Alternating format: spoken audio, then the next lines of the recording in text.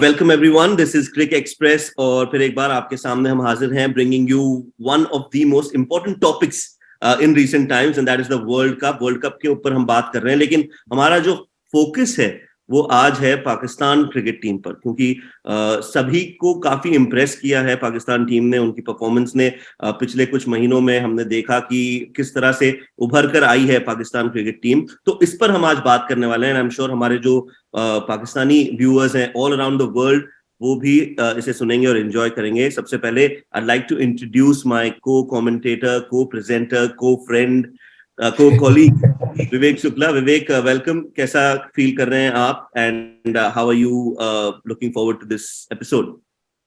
बहुत अच्छा फील कर रहे हैं। कल ही फाइनल खत्म हुआ है वर्ल्ड कप का, और जो जिस तरह का फाइनल सोचा था वैसा ही हुआ है। Even though it was a low scoring game, बहुत अच्छा फाइट किया पाकिस्तान ने और कोशिश की रिस्ट्रिक्ट करने की इंग्लैंड को। नदीम भाई से हम करेंगे बात, और नदीम भाई का मैं क्विक इंट्रोडक्शन दे दूं। नदीम भाई has been also a presenter with me as well as with Shoaib. हमने कुछ मैचेस इकट्ठे प्रेजेंट भी किए हैं, and he is also a former cricket player. Pakistan में क्रिकेट खेले हैं, काफी क्रिकेट खेले हैं, और कुछ इंटरनेशनल खिलाड़ी हैं पाकिस्तान के जिनके साथ इन्होंने क्रिकेट खेला है पाकिस्तान में। So he has a very good knowledge of the game, और बहुत कीनली वॉच करते हैं, बहुत अच्छे से ऑब्जर्व करते हैं क्रिकेट को और क्रिकेट के गेम को, and specially the Pakistan team. So welcome Nadeem भाई। Thank you very much, Vivek, Shoaib, and the Crick Express team for taking me on air. It's really pleasure, sitting along with you and commenting on cricket. Thank you. Good. So, start करते हैं. Shoaib, you want to start from the beginning, maybe from the Asia Cup and. हाँ बिल्कुल, I think there's so much to talk about। कितनी सारी बातें हैं करने के लिए, स्पेशली पाकिस्तान क्रिकेट टीम को लेकर। और पिछले कुछ महीनों की अगर बात करें तो पाकिस्तान क्रिकेट हैज एक्चुअली उभर कर आई है, जैसे कि मैंने कहा, और सबको जो है मजबूर कर दिया है कि नोटिस करे पाकिस्तान क्रिकेट टीम को। हमने देखा है कई, अगर हिस्टोरिकली देखें तो वो ऊपर नीचे रहा है पाकिस्तान क्रिकेट टीम का मामला, बट 1992 के बाद अब तक कोई आईसीसी ट्रॉफी वनडे क्रिकेट में नहीं मिली है। और T20 में बात करें तो आई थिंक 2009 या 10 का जो वर्ल्ड कप था वो जीते थे पाकिस्तान, उसके बाद चैंपियंस ट्रॉफी जीती थी। लेकिन इस बार किसी को उम्मीद नहीं थी, या थी? पाकिस्तान के क्रिकेटर्स और फॉलोअर्स का क्या सोचना था नदीम इसके बारे में? जी, thank you very much. First of all तो देखें, पाकिस्तान क्रिकेट की एक हिस्ट्री है कि पाकिस्तान को कभी भी कॉर्नर नहीं किया जा सकता किसी भी इवेंट के अंदर। जैसे कि हमने हिस्ट्री में देखा है, तो Pakistan can surprise the world at any time. Pakistan can lose the match from any team, and Pakistan can beat one of the toughest side in the world at any point of time. तो ये एक history रही है पाकिस्तान की। लेकिन मैं जो देख रहा हूँ कि since I think there was changes in the ECB, Ramiz Raja taken over the chairmanship, and after that he has brought lot of good changes actually, जो कि उन्होंने एक प्रोसेस स्टार्ट किया था, जिस प्रोसेस के अंदर उन्होंने डोमेस्टिक क्रिकेट लेवल को थोड़ा इम्प्रूव करने की कोशिश की, और फिर इंटरनेशनल लेवल पे प्लेयर्स जो है उन्होंने हंट किए। PSL help them a lot. और फिर उसके बाद जैसे आप देखते हैं कि एशिया कप से पहले क्या हो गया, कुछ इंटरनेशनल टीम्स ने रिफ्यूज कर दिया पाकिस्तान आने को। I think that move really was a catalyst. वहां से लड़कों को बहुत पुश मिली और उनके अंदर एक वो फाइटिंग स्पिरिट क्रिएट किया गया, और उसके ऊपर बड़ी बात हुई। फिर वो चीज रिफ्लेक्ट हुई एशिया कप के अंदर, और फिर यंग लीडरशिप, बाबर आजम जैसे हम देख रहे हैं, he still has to deliver a lot, but he is learning and he is improving, that we have seen in the recent world cup also. और फिर उसके अलावा क्या हुआ कि सब यंग लड़के वो आपस में जेल आउट हो गए, और एक कॉम्बिनेशन बनना शुरू हो गया, जिसमें फास्ट बॉलर जैसे नसीम शाह हमने देखा, हसनैन देखा, और इंडीड हारिस रऊफ, और फिर उसके अलावा जैसे कि नवाज ने भी ज्वाइन किया। फिर Shadab has improved a lot as a spinner, because वो पहले स्ट्रगल कर रहे थे।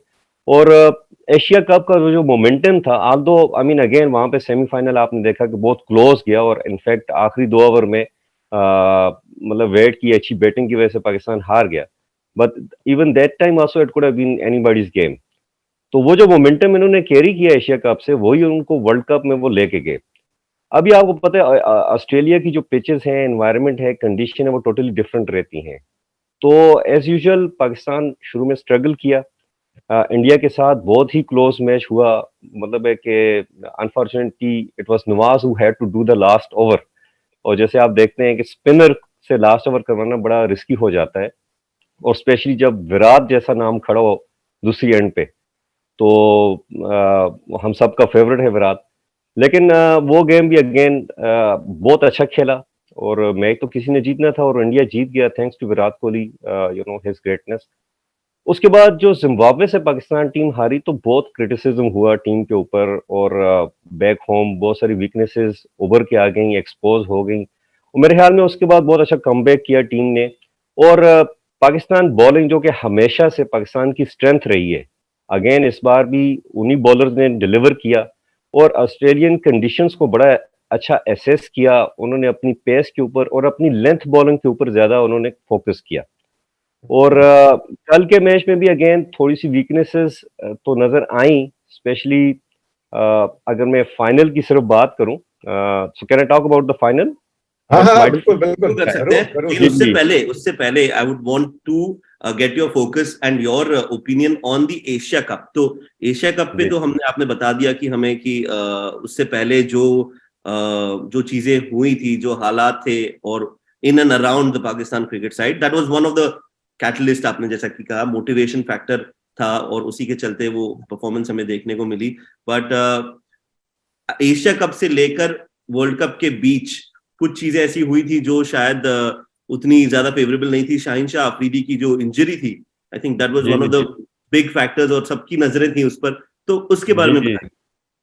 जी, एक्चुअली मेरा ये एक पॉइंट है जो कि मैं बताना चाह रहा था कल की, जो मैंने जब बोला वीकनेस में, लेकिन शाहीन शाह अफरीदी जैसे उसने एशिया कप में डिलीवर किया, और अगेन जैसे इंडिया के साथ मैच स्टार्ट हुआ और पहले ओवर से ही उसने जो कमाल किया, तो लेकिन अनफॉर्चुनेटली जब वो इंजर्ड हो गए प्रैक्टिस सेशन के दौरान, उनको बॉल लगी थी घुटने के ऊपर, तो actually I will say that it was a big mistake from the management side to carry Shaheen Afridi, an unfit player, because he was 60% fit. We were hearing yesterday even from the one of the greatest, Wasim Akram, he said that he was only 60% fit. और ऐसे बंदे को आप world cup में लेके जाते हो जो कि बहुत प्रेशर्ड गेम है, मतलब यहाँ पे सब मैचेस बड़े प्रेशर में हुए, कल का मैच क्या, या उससे पहले न्यूजीलैंड के साथ, और उसके पहले इंग्लैंड के साथ, तो वो मेरे ख्याल में बहुत रिस्की फैक्टर था उसको लेके जाना वर्ल्ड कप के अंदर। तो पहले तो ये डिसाइड कर देना चाहिए कि अनफिट प्लेयर को आप नहीं लेके जाएं, क्योंकि उसके करियर के साथ भी ज्यादती है, and also it's not going to help the team. और जो हमने कल देखा कि इफ्तिखार को फिर वो 5 बॉल कराने पड़े के, और वहीं से इंग्लैंड ने उसका एडवांटेज लिया। तो मेरे ख्याल में वो एक चीज जो है ना, वो मिसकैलकुलेशन में शायद आ गई। They were hoping that he will deliver, but unfortunately you know ऐसा नहीं हो सका।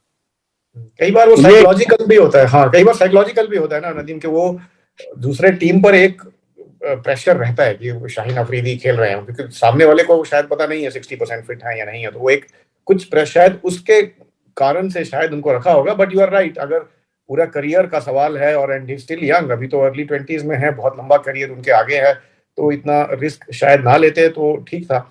And also, it is apt coming from Wasim Akram, क्योंकि if I'm not wrong 1992 के वर्ल्ड कप में वसीम अकरम ने या कोई तो एक इंजर्ड था, और उन्होंने semifinal match 96 against India, Wasim Akram did not play, and that news came just at the time of toss. Correct, कि उसी टाइम पे आमिर सुहेल ने कैप्टनसी टेक ओवर की, और Wasim Akram, and the whole country was a big shock.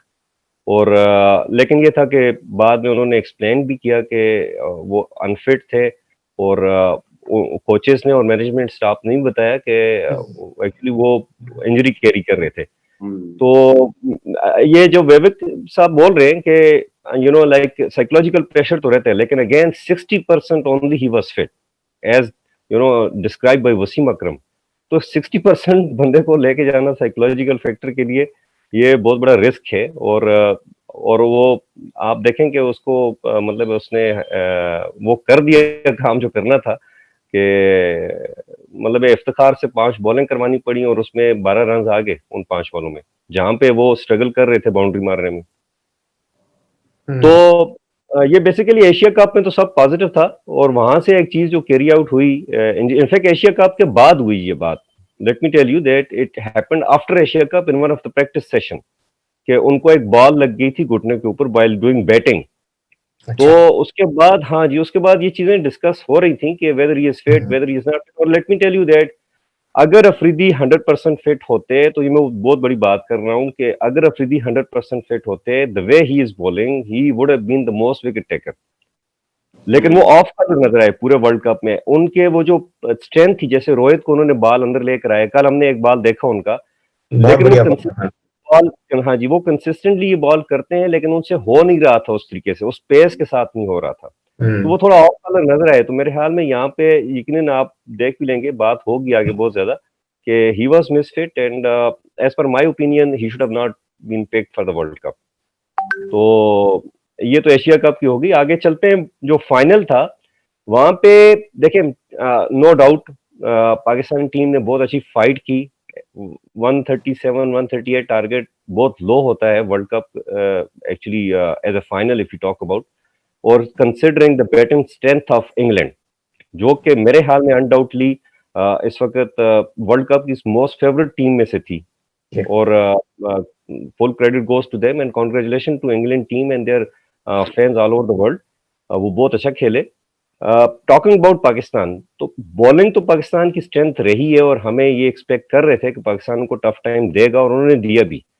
लेकिन एक batting के अंदर थोड़ी सी मिसकैलकुलेशन मैं बोलूंगा हुई कैप्टन से, कि जब रशीद बॉलिंग करने आए, आदिल रशीद, और उनकी बॉल, उन्होंने बहुत जबरदस्त बॉलिंग की, टर्न हो रही थी, और उन्होंने लूप दी बॉल को, मतलब उन्होंने तेज तेज करने की बॉल कोशिश नहीं की। He was letting the ball get the turn. तो वहां पे पाकिस्तान का आदिल रशीद के अगेंस्ट सबसे जो बेस्ट मैचअप हो सकता था वो था शादाब, और Shadab was also in the form, लेकिन उन्होंने इफ्तिखार को भेजा, who is better against fast bowlers who can play square of the wicket both side. तो वहां पे थोड़ी सी मिसकैलकुलेशन मैं समझता हूं कि हो गई। अगर शादाब को लेकर आते तो आप बोलेंगे कि अगर what was the best moment for England in the yesterday's final, that was the maiden over bowled by Adil Rashid plus a wicket taker. ठीक है, क्योंकि जैसे आपने, अच्छा उससे पहले आप, आदिल ने उससे पहले कवर किया, तो बाबर ने और जो हमारा लेफ्टी बॉलर है, बैट्समैन था, उन्होंने किए, जी शान मसूद, उन्होंने 2-2 रन बनाए वहां पे, और ऐसा नहीं लग रहा था कि इतनी ज्यादा टर्न हो रही है।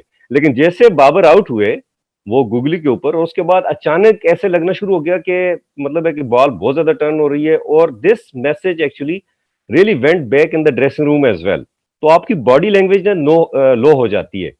अगर शादाब को वहां पे भेज दिया जाता तो मेरे ख्याल में उसका बड़ा पॉजिटिव इम्पैक्ट पड़ता, because he was the best match, और वो सबसे अच्छा बैट्समैन है जो स्पिनर के अगेंस्ट खेल सकता है इस बैटिंग लाइनअप के अंदर। और फिर उसके बाद एक और जो मिसकैलकुलेशन हुई कि Pakistan thought okay that they will go for the target 160 170, क्योंकि ये फ्रेम ऑफ माइंड था पहले से। इवन पिच रिपोर्ट के मुताबिक, जो पिच रिपोर्ट जो दे रहे थे, वो बोल रहे थे जी कि this is hard flat wicket and ball will bounce and this and that, and it happened to be totally opposite. ठीक है, तो जो कि टर्निंग ट्रैक था, जो कि वो बोल रहे थे टर्निंग ट्रैक नहीं होगा। तो ये देखें, जो कोचिंग स्टाफ होता है, जो साथ में मैनेजमेंट बैठी होती है, थिंक टैंक, ये उनका काम है कि फौरन आप सिचुएशन को असिस्ट करें, और उसके बाद आप मैसेज अंदर डिलीवर करें कि नो, डोंट गो फॉर 170 180, आप टांग पीछे करके मिड विकेट पे नहीं मार सकते छक्का, दोज आर बिग बाउंड्रीज। तो try to take singles and doubles, 6-7 runs 8 runs in an over sufficient. We are targeting only 150 155 और मैक्सिमम 160। तो क्या हुआ कि पाकिस्तानी, आप देखें, इंग्लैंड ने सिचुएशन को बड़े अच्छे तरीके से एसेस किया, उन्होंने लेंथ डिलीवरीज करवाई, शॉर्ट पिच डिलीवरीज करवाई। यूजुअली वो आपने जो उनका लास्ट में जो उनका बॉलर है जॉर्डन, वो यॉर्कर बहुत अच्छे मारता है, लेकिन उसने कल यॉर्कर नहीं मारे, उसने शॉर्ट पिच डिलीवरीज करवाई हैं, इसी तरह केरन ने भी, और मिड विकेट पे उन्होंने पाकिस्तानी बैट्समैनों को आउट करवाया है।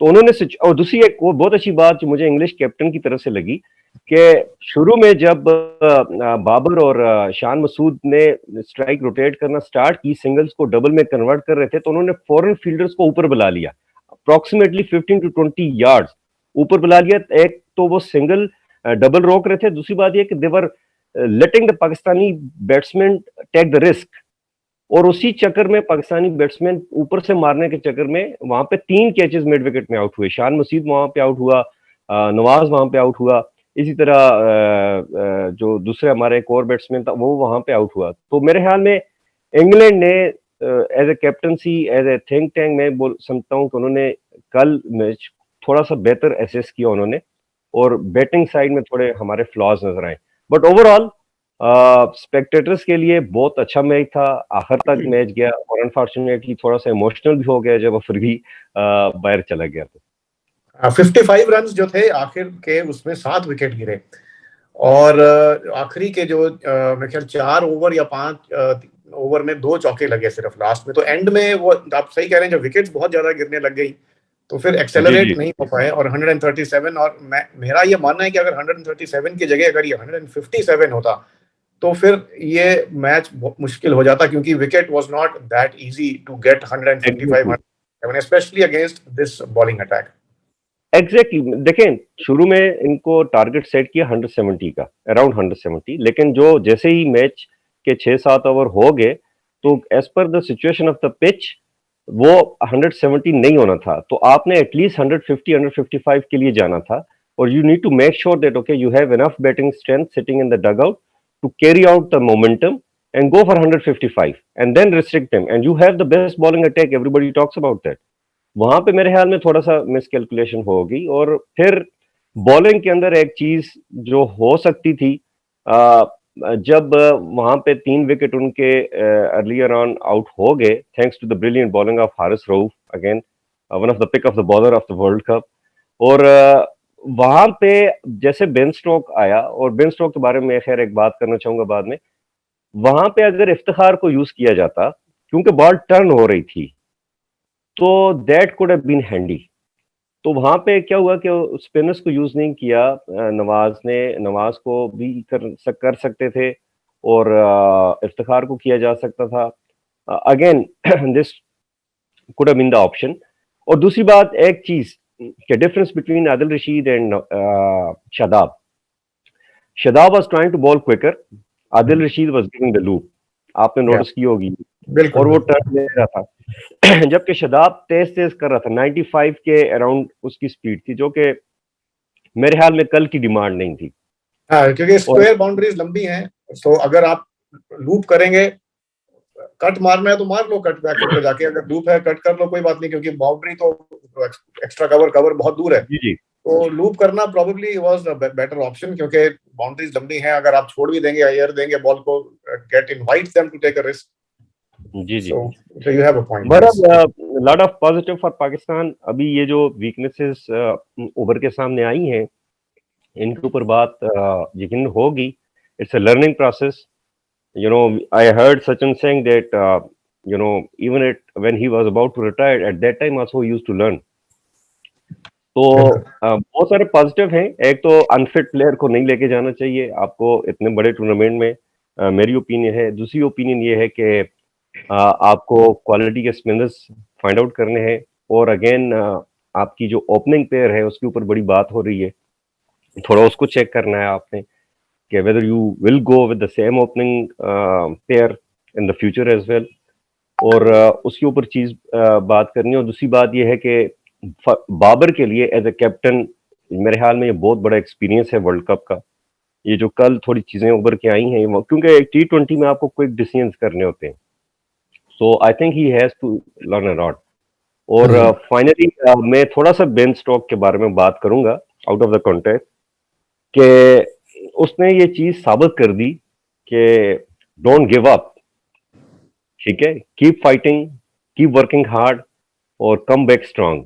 मतलब आपको याद है 2017 में Carlos Brathwaite, remember the name, 4 छक्के मारे 2016, 4 छक्के, या 2016, जी 4 छक्के मारे, 21 runs were required in the last over of the final. तो 4 छक्के मारे and the man was down and out, लेकिन he did not give up. और फिर अभी जो ओडीआई 50 ओवर का वर्ल्ड कप हुआ, उसमें भी उसका की रोल था, even in the final you have seen that. और कल के मैच में भी उसने अगेन साबित किया, although I don't know he was not declared as man of the match, I am really surprised, but अगर वो आउट हो जाता वहां पे तो शायद पाकिस्तान 10-15 रन से जीत जाता मैच। बिल्कुल। तो really hats off to the guy, और ये बहुत बड़ा लेसन है तमाम यंगस्टर्स के लिए कि इतने बड़े लेवल पे उस बंदे को 4 छक्के लगे, लेकिन उसने गिव अप नहीं किया, और finally He won the World Cup ODI 2 times. format. Yes, and he won 2 the times. World Cup T20. So really hats off to Ben Stokes, and again congratulations to English team.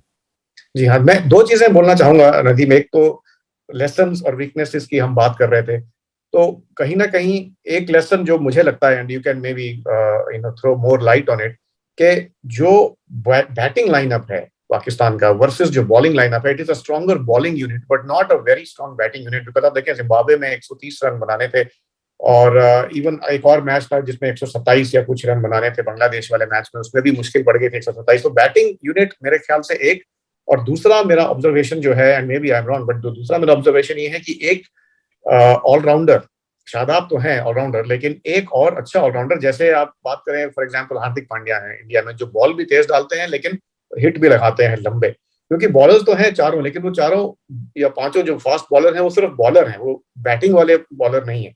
सो एक allrounder Shadab जैसा middle order में, may be it will strengthen the batting little more. और जैसा आपने खुद ही कहा कि जो टॉप ऑर्डर है, जो शुरू के दोनों बल्लेबाज ओपनिंग बैटर्स जो हैं, उनका अगर स्ट्राइक रेट थोड़ा बेटर होता है, या they go back and think about a little different combination at the top of the order number 1, 2, 3 पे, तो बैटिंग यूनिट अगर ज्यादा स्ट्रांग होता है आगे बढ़ के, तो I think that might make this a much stronger team. Absolutely. See, when it comes to, especially, I will start with the opening pair. When it comes to Babar and Rizwan, so remember that if they are chasing a target of 150, 160, and if they are chasing, let me tell you that they will be successful 10 out of, at least out of 8 out of 10. 8 out of 10 times they will be successful. क्योंकि उनको पता है हमें 6 की average से score बनाना है या 7 की, और उनको पता है हम लोग चेस कर रहे हैं. Then they take their sweet time and they carry on with their batting style. लेकिन जब जैसे उनको टारगेट मिलता है 200 का, तो they get confuse because they are not natural stroke player, वो इम्पैक्ट प्लेयर नहीं है. जैसे हमने देखा है Fakhar was one of the good option actually, he was not in form, but again और भी कुछ 1-2 प्लेयर थे. अनफॉर्चुनेटली ये पाकिस्तान का एक प्रॉब्लम है. और अगेन वो जो पाकिस्तान ने इंडिया के अगेंस्ट लास्ट वर्ल्ड कप में जो मैच जीता T20 में, 150 चेस किया without losing any wicket, that has actually haunted Pakistan. I will say that up to some extent. तो मेरे ख्याल में ऐसा होना चाहिए था. ओपनिंग पेयर डेफिनेटली इनको मतलब at least I always say that Babar must come as at number 3. Okay, Rizwan के साथ एक स्ट्रांग ओपनर पेयर होना चाहिए और बाबर को नंबर 3 पे आना चाहिए. और डेफिनेटली स्पेशली ऑस्ट्रेलिया में एक ऑलराउंडर बहुत इंपॉर्टेंट होता है, स्पेशली मीडियम फास्ट बॉलर. हमने देखा कि Abdul Razzaq used to deliver a lot for Pakistan, और आपने हार्दिक पांड्या की बात की, तो medium pacer allrounder can make a big difference. तो definitely you are spot on in saying this. और एक और चीज जो है जो पाकिस्तान को देखनी है कि मिडिल ऑर्डर में उनको मतलब है कि लेफ्ट हैंडर बैटर भी चाहिए, स्पेशली अगेंस्ट मतलब लेग स्पिन और लेफ्ट आर्म जो बैटर्स होते हैं. ये कुछ चीजें हैं जिनके ऊपर पाकिस्तान को काम करना है definitely. Okay, Shoaib, anything that you want to ask Nadeem?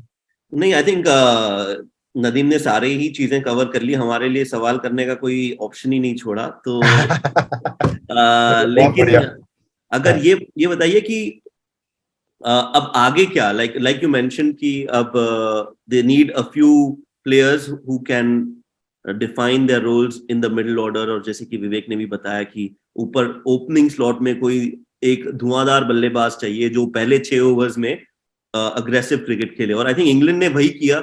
England ने जितने भी उन्होंने मैचेस खेले और उनकी जो बैटिंग डेप्थ थी, उसके वजह से they had the option of going all guns blazing पहले ही बॉल से.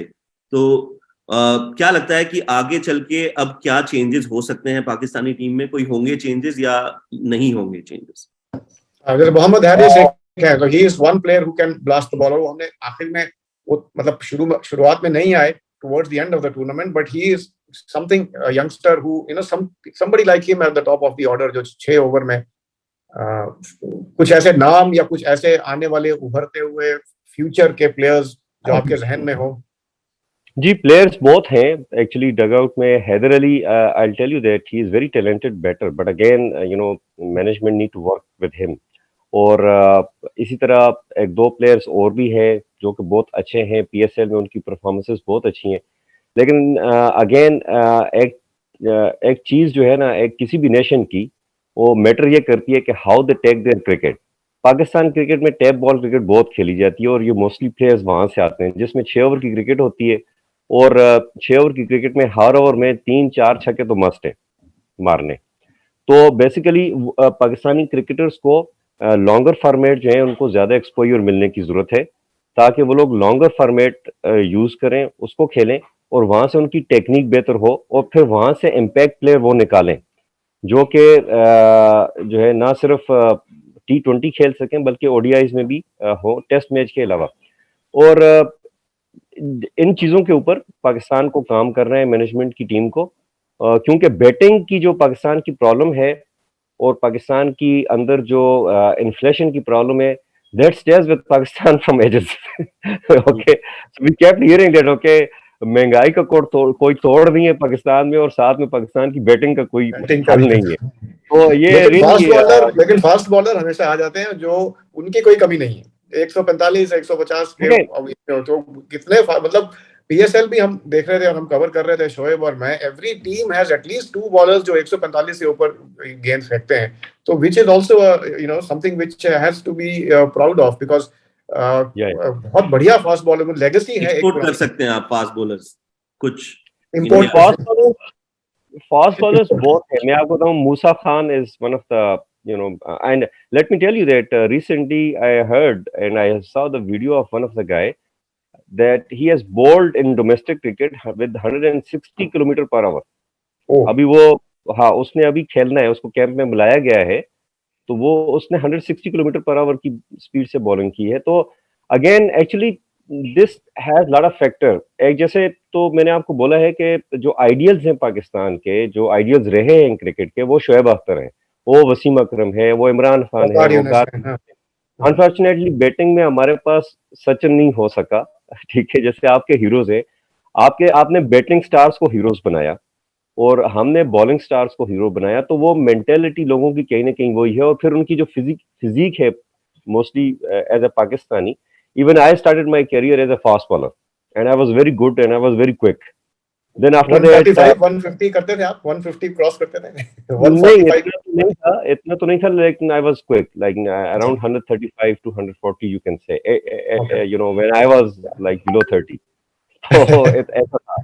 लेकिन ये है कि ये, और again I always used to, I always try to copy Waqar Yunus and Shoaib Akhtar and Wasim Akram. तो ये चीज आपकी जो नेशन है, आप इनको स्टार्स बनाते से चलती है। और फिर अगेन जो क्रिकेट पाकिस्तान में डोमेस्टिक लेवल पे हो रही है, उसका जो फॉर्मेट है, दे एनकरेजेस फास्ट बॉलर्स, क्योंकि वहां पे छोटे फॉर्मेट की क्रिकेट हो रही है। In fact 6 hours, even with leather ball they play 6 hours and 10 overs games, क्योंकि वहां पे जो लोग हैं उन्होंने पैसे बनाने हैं, उन्होंने शॉर्टर फॉर्मेट के टूर्नामेंट्स करवाने हैं, वहां पे उन्होंने अर्निंग करनी है और उनको इस तरह के प्लेयर सूट करते हैं जो शॉर्टर फॉर्मेट पे खेले। तो यही जो हमारे, बाय द वे, ये जो हमारे फास्ट बॉलर्स हैं, अभी शाहीन को इंजरी हो गई, या इसी तरह हसनैन को इश्यूज रहे हैं, even Haris Rauf was limping yesterday, if you have noticed, he was not 100% fit. तो वही वजह है कि they play T20, they play T10 where they have to bowl 3 hours, 4 hours, maximum 5 hours. They don't play test cricket where they have to, let me tell you one example. In 1993, soon after 1992 World Cup, Javed Miandad taken over the captaincy from Imran Khan and team went to New Zealand. वहां पे New Zealand required 115 runs on the last day of one of the test match. Okay, Wasim Akram and Waqar Yunus were on the peak. Javed Miandad was the captain. Let me tell you that Miandad gave the ball to Wasim Akram and Waqar Yunus and tell them, okay, try to do the ball, get the wickets and ball as fast as possible. और इन्होंने मिल के, being the fastest bowlers of the world at that time, इन्होंने मिल के 25 over consistently किए दोनों ने, no breaks in between, 25 over दोनों ने मिलकर किया और न्यूजीलैंड की टीम को बंडल आउट कर दिया 95 रन पे। Watch out the highlight of that test match. अभी वो स्टेमिना किधर है फास्ट बॉलर्स का, वो डेडिकेशन किधर है? मतलब है Waqar Younis, if you notice Wasim Akram okay fine, he was a bowler who were not having longer run up, और वो ज्यादातर अपनी रिस्ट से बॉल करते थे, क्वालिटी पे डिपेंड करते थे। On the other side Waqar Yunus was totally rhythmic, वो रिदम पे बॉलिंग करते थे, उनको पूरा रन अप चाहिए होता था 20 यार्ड्स का, वो वहां से आके वो पूरा बॉल को हिट करते थे। लेकिन आप स्टेमिना देखिए उनका कि 25 ओवर उन्होंने टेस्ट मैच में कंसिस्टेंटली किए विदाउट टेकिंग एनी ब्रेक। और न्यूजीलैंड के कैप्टन उसके बाद स्टेटमेंट दी कि यार जावेद मियांदाद हमें थोड़ा सा ब्रेक तो दे देते सांस लेने के लिए, मुश्ताक को लगा लेते, आप आकिब को लगा लेते, तो there is something missing. Yes, तो बैटिंग के लिए ये बहुत बड़े इशू है पाकिस्तान का, हमेशा से रहा है, और उसका मेरी ओपिनियन में हाल यही है कि आप जो आपके टैलेंट आपको निकल कर आता है, आप उसको एक्सपोजर दें लॉन्गर फॉर्मेट खेलने का, उससे उनकी टेक्निक बेहतर होगी। और फिर वहां से आप प्लेयर्स आपने बनाने हैं टेस्ट के लिए, ओडीआईस के लिए और टी20 के लिए। मुझे ये बताएं, एक मेरी तरफ से जस्ट आई एम वंडरिंग कि कल का मैच जो हुआ है उसके बाद ओवरऑल मूड कैसा है फैंस का, आवाम का? क्या वो प्राउड हैं कि पाकिस्तान फाइनल में पहुंचा, जहां पे के वापस आने की एक तरह से नौबत थी अगर नेदरलैंड्स नहीं जीता साउथ अफ्रीका से, तो वहां से, और पहला मैच हारे जिम्बाब्वे से, उसके बावजूद फाइनल में पहुंचा और अच्छा परफॉर्म किया। We are proud of the team, it is great. क्या वैसा ओवरऑल मूड है, या ओवरऑल मूड है कि थोड़े हताश हैं, थोड़ा डिसअपॉइंटेड हैं और थोड़ा गुस्से में हैं? क्योंकि हमारे इंडिया पाकिस्तान के फैंस जो है ना, वो जोश में बड़ी जल्दी आते हैं, गुस्सा भी बहुत ज्यादा कर देते हैं, और जब जब जब वो प्यार अपना करते हैं तो वो भी बहुत ज्यादा कर देते हैं। तो किस तरह का माहौल है? Is it more of disappointment and anger and sadness, or is it that they are happy and proud that they reached the finals?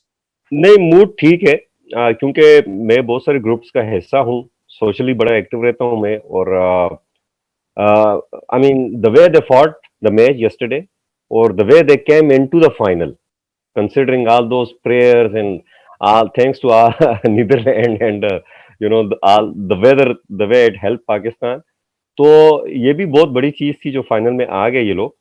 और फिर एक चीज अगेन आपने बड़ी अच्छी बात की कि अगेंस्ट इंडिया के साथ एक एनकाउंटर तो रहता है ऑन और ऑफ द फील्ड। Yes. तो जब इंडिया ने 10 विकेटों से वो मैच हारा, तो I am seeing on the Facebook, I am seeing on the social media, at least we have taken 5 wickets. तो मतलब ऐसे एक तो ये चीज है, दूसरा ये है कि बिल्कुल। बड़ा जो फैक्टर है वो जो शाहीन अफरीदी का जो इमोशनल सीन हुआ, वो अनफिट होके बाहर गया, तो that has really change the mood of the ordinary common Pakistanis. उसने सिंपैथी फैक्टर जो है ना उसको ज्यादा माइल कर दिया, attracted, so they become more sympathetic rather than becoming angry against the team. तो मेरे ख्याल में एज ए ऑर्डिनरी और कॉमन जो पाकिस्तानीज हैं, they are okay and they are happy the way team fought. वो टीवी तोड़ने वाला कोई सीन नहीं हुआ। सही है। तो नदीम, आई थिंक हमने जो भी बातें करनी थी सारी कवर कर ली हैं। आई थिंक पाकिस्तान क्रिकेट को सबसे पहले बहुत मुबारकबाद कि वो फाइनल तक पहुंचे, और जिस तरह की क्रिकेट खेली हम सबको मजा आया, और आई एम श्योर आपको भी मजा आया होगा एज अ फैन फॉलो करते हुए पाकिस्तान क्रिकेट को। Thank you so much for joining आज, और हम उम्मीद करते हैं कि आप जल्दी वापस आए and then we can talk a lot more about Pakistan cricket and world cricket. And Vivek, thank you so much again. Do you have any last comments? Last comment यही है कि क्रिक एक्सप्रेस को सब्सक्राइब करें चैनल को, और खूब सारे comments उसमें डालें। क्या हो सकता है, और ये पाकिस्तान क्रिकेट के लिए क्या हो सकता है, इंडियन क्रिकेट के लिए, और whatever you want to talk about cricket, क्योंकि जो नाम है क्रिक एक्सप्रेस, वो नाम ही है एक्सप्रेस, तो अपने आप को एक्सप्रेस करें। और रावलपिंडी एक्सप्रेस शोएब अख्तर की तरह आप बस कमेंट्स डालते जाएं और हमें फॉलो करें यूट्यूब पर। This is what I wanted to talk about. और नदीम भाई, thank you very very much for being with us today. I just want to say, bundle of thanks to both of you. I really enjoy doing commentary along with you, and I learned a lot, in fact, from you as a commentator. और बहुत बहुत शुक्रिया, आपने यहाँ पे मुझे honour किया और अपनी ओपिनियन देने का मौका मिला। It's really pleasure. Thank you very much. Thank you, Thank you, Nadeem. Nadeem. Thank you. You.